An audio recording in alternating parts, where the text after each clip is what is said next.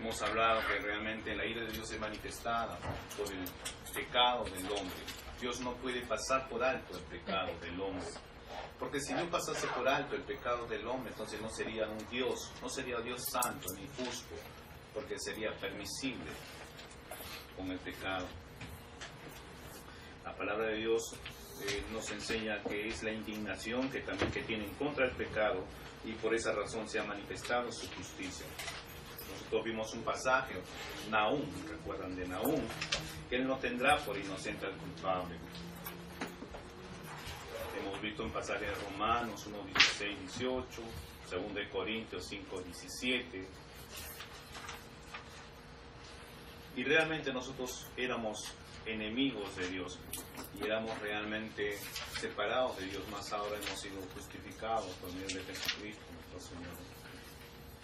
Recuerdan una lectura de Nahum capítulo 1 que leímos hasta el versículo 8, en la cual nos muestra que el Señor es un Dios celoso y vengador, es un Dios de la venganza, es un Dios de ira, es un Dios que se venga de sus adversarios, es un Dios que es implacable con sus enemigos y que no deja a nadie sin castigo.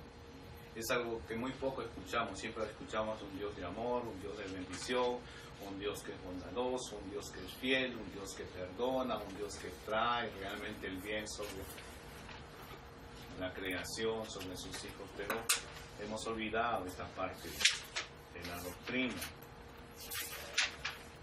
Vimos también que hay partes en que la Biblia muestra, y el Señor mostró también a través de pasajes como Romanos 5, Romanos 8, lo que ha producido el pecado en nosotros. Pero antes que nada, para comenzar a repasar un poco, nosotros hemos hablado de lo que es el Evangelio de nuestro Señor Jesucristo. Conocemos lo que es el Evangelio de nuestro Señor Jesucristo. Sabemos lo que es el Evangelio de nuestro Señor Jesucristo. Si abrimos nuestra Biblia en el libro de Romanos, el capítulo 1, de los versículos 16 al 18,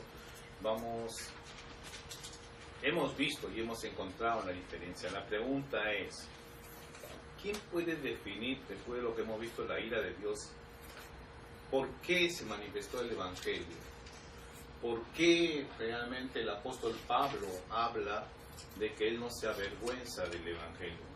Si podemos leer Romanos capítulo 1, versículos 16 al 18, y alguien que pudiese definirlo, por favor, ¿qué es el Evangelio? Porque dice que es poder de Dios para salvación, para todo aquel que en él cree, primero a los griegos, después a los judíos. Entonces, cuando nuestro hermano Pablo está refiriéndose de que es poder de Dios, no del hombre, porque en nada nos basamos nosotros, sino que es poder de Dios, para poder llevar la palabra y evangelizar a todas las naciones, sin tener prejuicio de que es negro, blanco, gringo, chico, esclavo. Para el Señor todos somos iguales. Amén.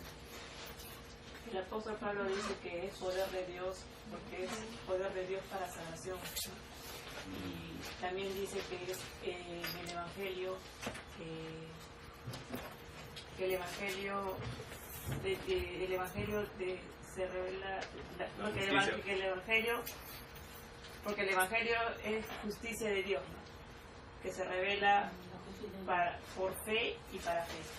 Ese es dos. Y que en el Evangelio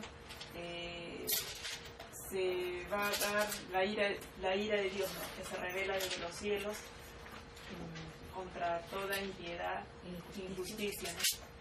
Para los hombres que con injusticia detienen a la vida. Son tres puntos que el apóstol Pablo. Y eso. Entonces, en base a eso, ¿cómo podemos definir qué es el Evangelio? ¿Por qué Pablo no se avergüenza del Evangelio?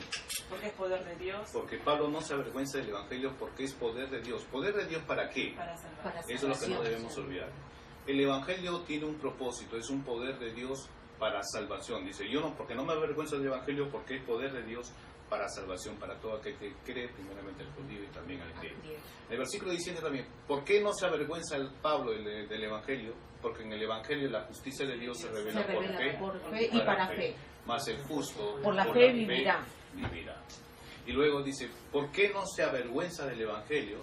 porque la ira de Dios se revela desde los cielos contra toda impiedad e injusticia de los hombres que con injusticia detienen la verdad. Entonces, la razón por la que Pablo no se avergüenza del Evangelio es porque tiene el poder de Dios para salvación, porque la justicia de Dios se revela, sea el sacrificio de Jesucristo en la cruz, por cual nosotros somos justificados, se revela, y más aún, porque también, no solamente es para salvación, no solamente la justicia, sino que también porque en el Evangelio la ira de Dios se revela desde los cielos contra toda impiedad e injusticia de los hombres. Eso tiene una enseñanza, que nosotros cuando evangelizamos a una persona, no solamente es decirle que realmente necesita a Jesucristo como Señor y Salvador, que es lo que normalmente se enseña, ¿no? De que tu vida puede ser cambiada, el principal propósito es de que realmente la ira de Dios está sobre él. Ese es el Evangelio de Jesucristo, ¿no? Jesucristo vino al mundo para perdonar nuestros pecados, para darnos vida eterna, pero por un propósito más. ¿Cuál es ese propósito? Vida eterna. Sí, dijimos que es nuestro Señor Jesucristo vino a la cruz a morir por el perdón de nuestros pecados, para darnos vida eterna, pero vino por otro propósito más importante aún. Restaurar la relación entre Dios. Restaurar la relación. Para libertarnos del poder del pecado que dominaba en nuestro ser. Para libertarnos del poder del que pecado. hizo el sacrificio fue para librarnos de la ira. Para librarnos de la ira de Dios. La ira de Dios, dijimos, que está sobre nosotros, Dios está airado sobre el hombre. Y el pasaje, el versículo 18, la ira de Dios se revela desde el cielo, dice, contra toda impiedad e injusticia de los hombres que detienen con injusticia detienen la verdad. Entonces, el principal propósito, aparte del perdón de pecados y la vida eterna, es librarnos de la ira de Dios. Entonces, podemos darnos cuenta que cuando evangelizamos a mitad. El principal propósito es decir, la ira de Dios está sobre ti, está puesta sobre ti, y Dios ha dado un camino abierto que es en Jesucristo el Señor, dio a su Hijo unigénito en la cruz. Y muchos dirán, Dios es amor, ¿cómo es que Dios va a venir su ira sobre mí? Sí, realmente la ira de Dios está sobre ti, sobre toda persona que no conoce a Jesucristo, que no reconoce a Jesucristo como Señor y Salvador. Está la ira sobre él porque realmente ha rechazado a Cristo Jesús. Más el propósito que está en él para la vida eterna es lo que Jesucristo hizo. Nosotros vivimos con un solo propósito como cristianos: dar gloria a Dios. Reconocemos a Jesucristo como Señor y Salvador, y nuestros hechos están guardados, están justificados en la cruz. Ay, Señor. Buenas noches, hermanita.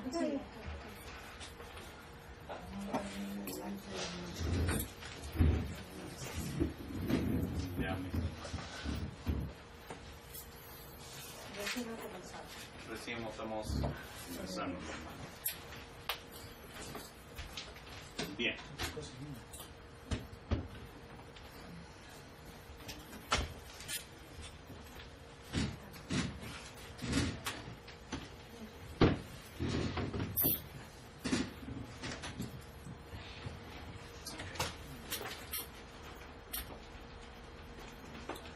Juan 3:36, algo que nos aclara ese concepto.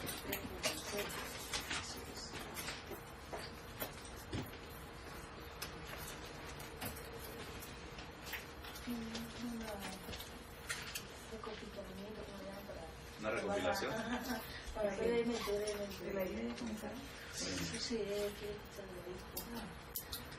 no, recién hemos comenzado diciendo esto. 3:36, hermano. Amén. Dios no puede pasar por alto el pecado del hombre. Pero primero antes ha puesto Romanos 1:16 y 17. Gracias.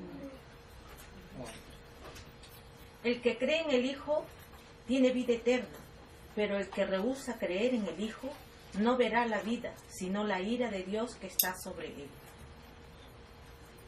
¿Quién puede explicar ese pasaje? Hermana Evelyn, por favor. Voy a explicarnos el pasaje Juan 3:36.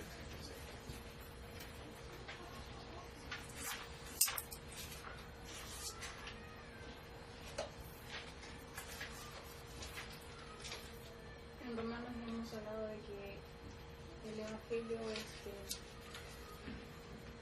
poder de Dios para salvación, porque el Evangelio es la verdad, es la obra del Señor Jesucristo, el que, como acabamos de decir, que Él ha venido para librarnos de la ira de Dios, para que todo aquel que crea en el nombre de Jesucristo sea librado de la ira y tenga la salvación.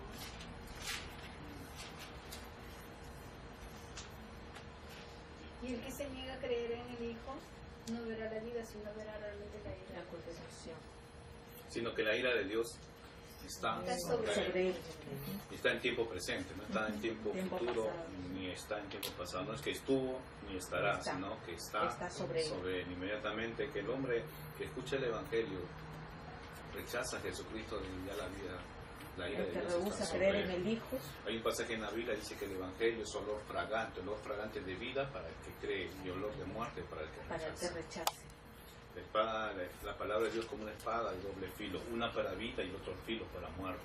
Siempre es así. Siempre que nosotros predicamos el Evangelio a alguien, o bien en ese momento la justicia él es justificado y realmente se produce en la obra de salvación, o bien en ese momento está la ira de Dios sobre él.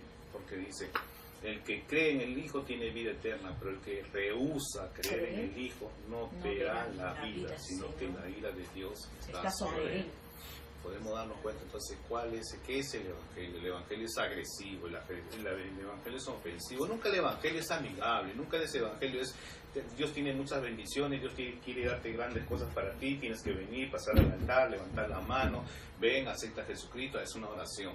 No, ese no es el propósito de Jesucristo al Señor. Cuando Jesucristo vino a predicar el Evangelio, dijo, arrepentíos, que el reino de los cielos ha acercado. El Señor Jesucristo dijo, si no os arrepintiereis, pereceréis igualmente. Sin arrepentimiento no hay transformación de vida. Sin arrepentimiento no hay realmente una obra del Espíritu Santo en nuestras vidas en cuanto a la regeneración. Bien, mis hermanos, vamos a pasar a otro.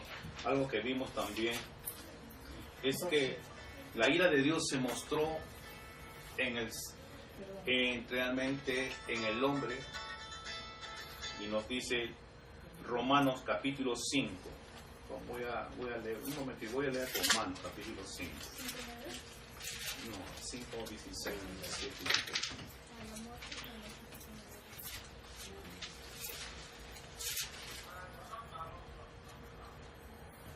Romanos 5, capítulos 16, 17 y 18. 15, 16, 18. Voy a leer el pasaje, mis hermanos. Esto ya lo hemos visto. Y si algún hermano, alguna hermana puede darle interpretación, puede darle explicación, amén. Dice así, pero el don no fue como la transgresión, porque si por la transgresión de aquel uno murieron los muchos, abundaron mucho más para los muchos la gracia y el don de Dios por la gracia de un hombre, Jesucristo. Y con el don no sucede como en el caso de aquel uno que pecó, porque ciertamente el juicio vino a causa de un solo pecado para condenación, pero el don vino a causa de muchas transgresiones para justificación.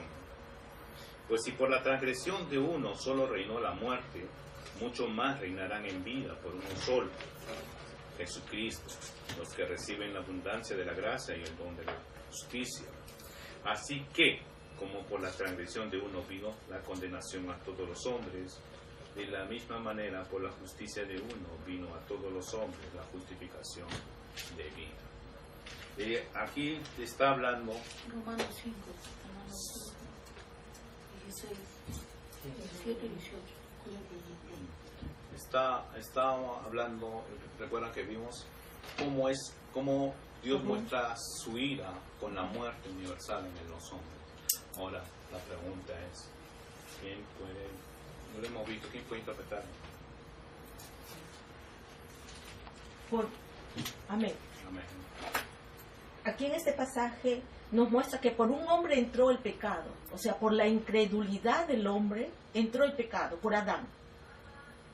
Entonces, por un hombre viene la fe, por Jesucristo nuestro Señor Redentor viene la fe, y que viene a ser la justicia de Dios, porque como dice primero de Romanos 5:1 dice, justificados pues por la fe, tenemos paz para con Dios, por medio de nuestro Señor Jesucristo.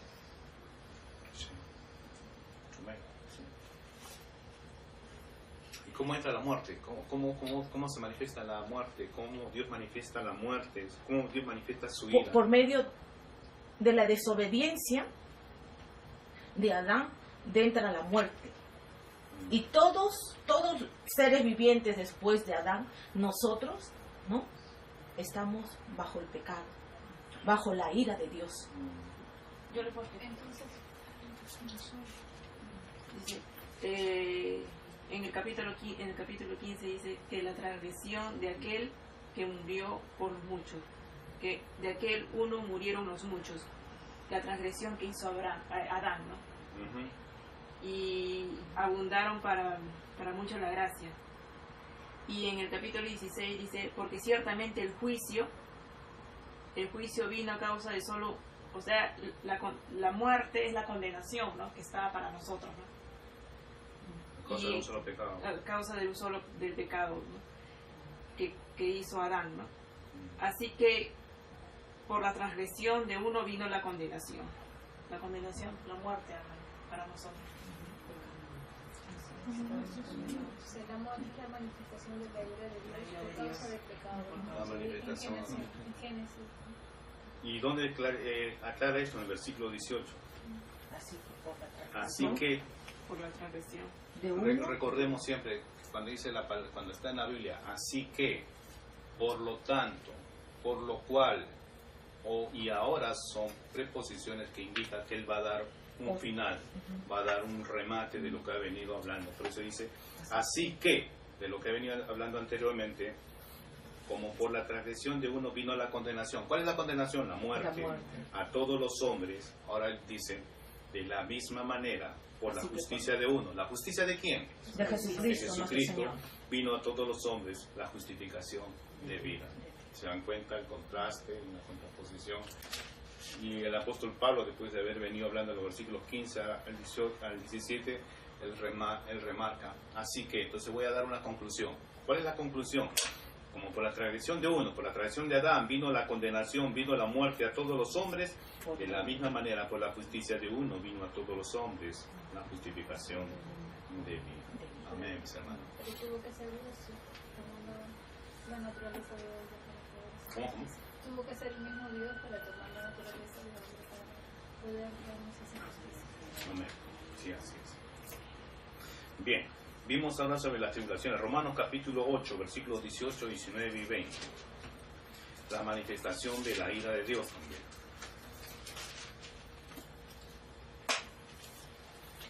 Romanos Capítulo 8, versículo 18 al 20. Voy a leer el pasaje. Si alguna hermana puede participar, alguna hermana Ernesto, por favor. Dice, pues tengo por cierto que las aflicciones del tiempo presente no son comparables con la gloria venidera que en nosotros ha de manifestarse. Porque el anhelo ardiente en la creación es el aguardar la manifestación de los hijos de Dios. Porque la creación fue sujetada a vanidad, no por su propia voluntad, sino por causa del que la sujetó en esperanza. Amén.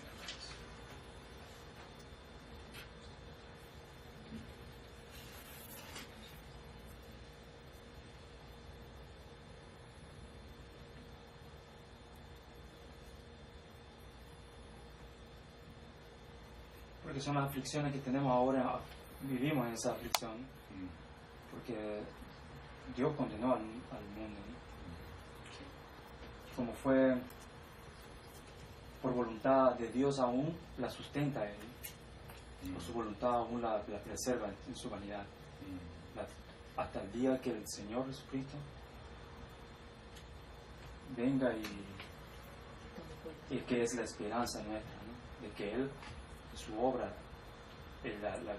todo ser viviente tenga vida nueva. ¿Y cuál es la Por esperanza? En Cristo. ¿Cuál es la esperanza? La esperanza que tenemos en Cristo. En Cristo Jesús. ¿Dónde se manifestó esa? En la cruz. En la cruz. ¿Dónde anteriormente fue manifestada?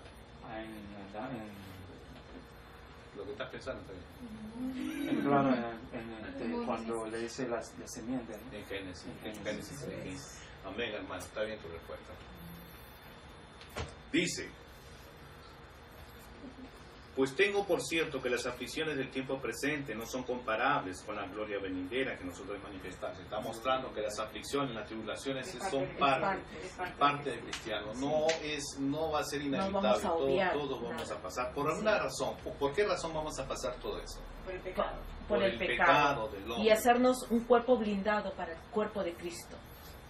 Pues sí, podemos darnos ahí. Porque el anhelo ardiente de la creación es el aguardar la manifestación de los hijos de Dios, porque la creación fue sujetada a vanidad. ¿Quién la sujetó a vanidad? Dios. Dios, muy bien.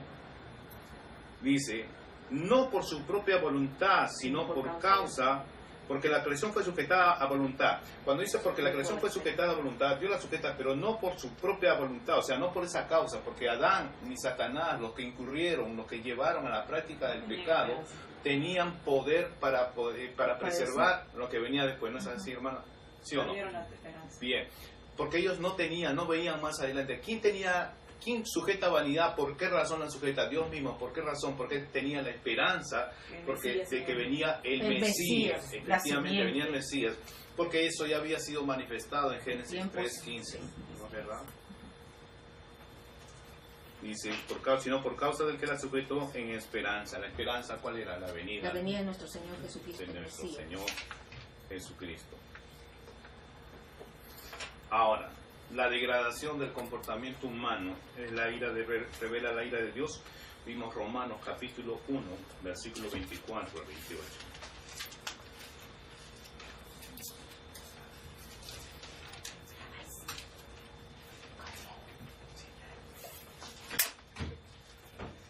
Romanos capítulo 1, versículo 24 al 28. Dice así: por lo cual también Dios los entregó a la inmundicia en la concupiscencia de sus corazones, de modo que deshonraron entre sí sus propios cuerpos, ya que cambiaron la verdad de Dios por la mentira, honrando y dando culto a las criaturas antes que al Creador, el cual es bendito por los siglos de los siglos. Por esto Dios los entregó a pasiones vergonzosas, pues aún sus mujeres cambiaron el uso natural porque el que es en contra de la naturaleza, y de igual modo también los hombres, dejando el uso natural de la mujer, se encendieron en su lascivia unos con otros, cometiendo hechos vergonzosos, hombres con hombres, y recibiendo en sí mismo la retribución debida a su extravío. Y como ellos no aprobaron tener en cuenta a Dios, Dios los entregó a una mente reprobada para hacer cosas que no convienen. ¿Quién puede explicarlas? Lo hemos visto. Hay una palabra que navega ahí. ¿Recuerdan? ¿En qué versículo? Perdón. ¿En qué versículo está la palabra? Eso no se dice.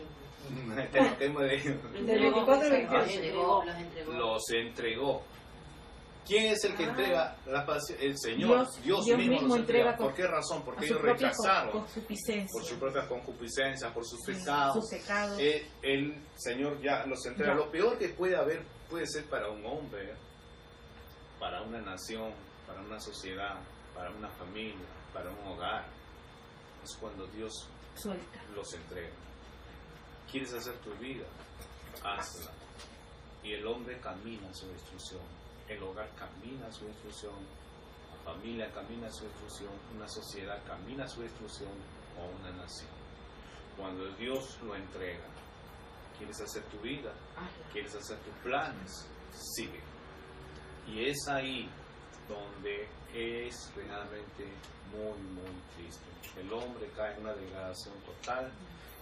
El hombre pierde todo concepto y se extravía totalmente en mente, alma, cuerpo, corazón. Y espíritu y corazón también.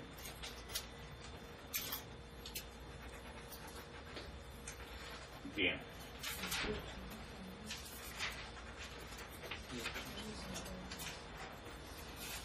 Hemos visto esto, ahora vamos a ver algunas características de la ira de Dios. La ira de Dios es justa. ¿Por qué es justa, hermanos? Porque es santo. Porque es santa, además. Perfecta. Algo más. Hay una razón más por la cual la ira de Dios es justa. Y ustedes lo han definido al inicio, ¿no?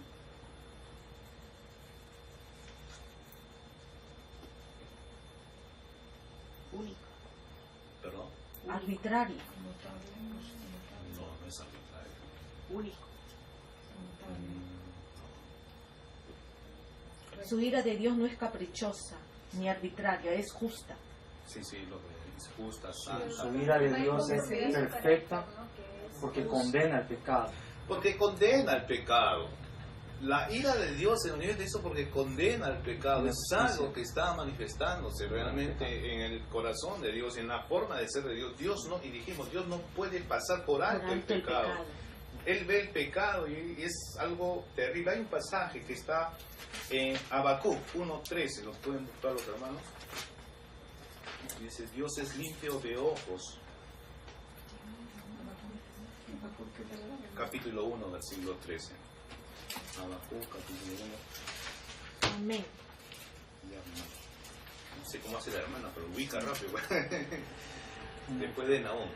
Muy limpio eres de ojo para ver el mal, ni puedes ver el agravio, porque ves a los menospreciadores y callas cuando destruye el impío al más justo que él.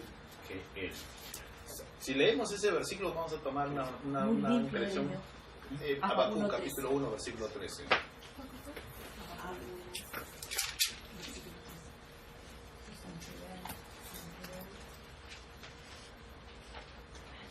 Y callas cuando destruye. Es una parte que tenemos que leer todo el contexto. Pero lo principal que vamos a tomar aquí por este momento es que muy limpio eres de ojos para ver el mal, ni puedes ver el agravio. Dios es justo. Entonces la ira de Dios, una de las características de la ira de Dios es que se revela contra el pecado del hombre.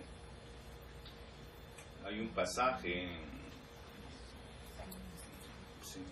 Proverbios capítulo 24. Proverbios capítulo 24, versículo 12.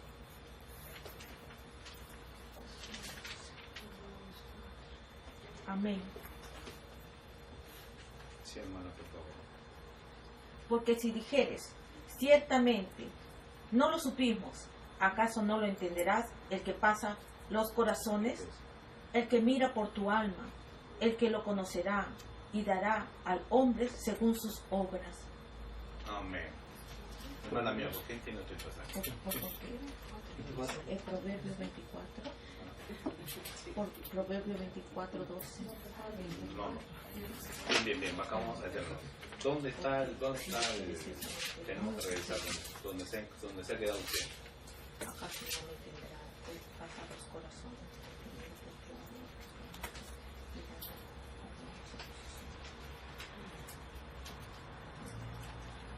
Proverbios 24.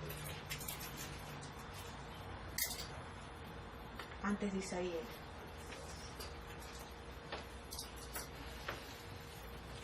Te he dicho algo, si la problema no encuentra bien rápido, no le pregunto. No, si a mí no subí.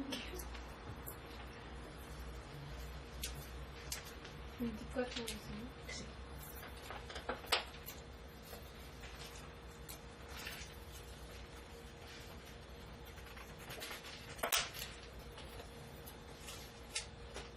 Alguien más que vaya pensando cómo interpreta ese pasaje, por favor.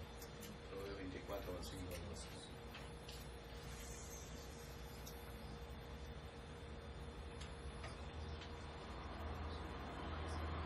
Porque dijeron exactamente, ¿no? No lo supimos. ¿Acaso no sabemos al Señor? ¿Acaso no lo entenderá el que pesa los corazones? Habla del Señor, ¿no? ¿Acaso no lo entenderá el que pesa los corazones? Él está hablando de Dios. El que mira por tu alma, el que conoce nuestra alma, que conoce tus pensamientos, ¿verdad? Sí. Él lo conocerá y dará al hombre según sus obras. Depende de nuestras obras. va. Claro. Pero no le podemos mentir, ¿no? ¿Perdón? No le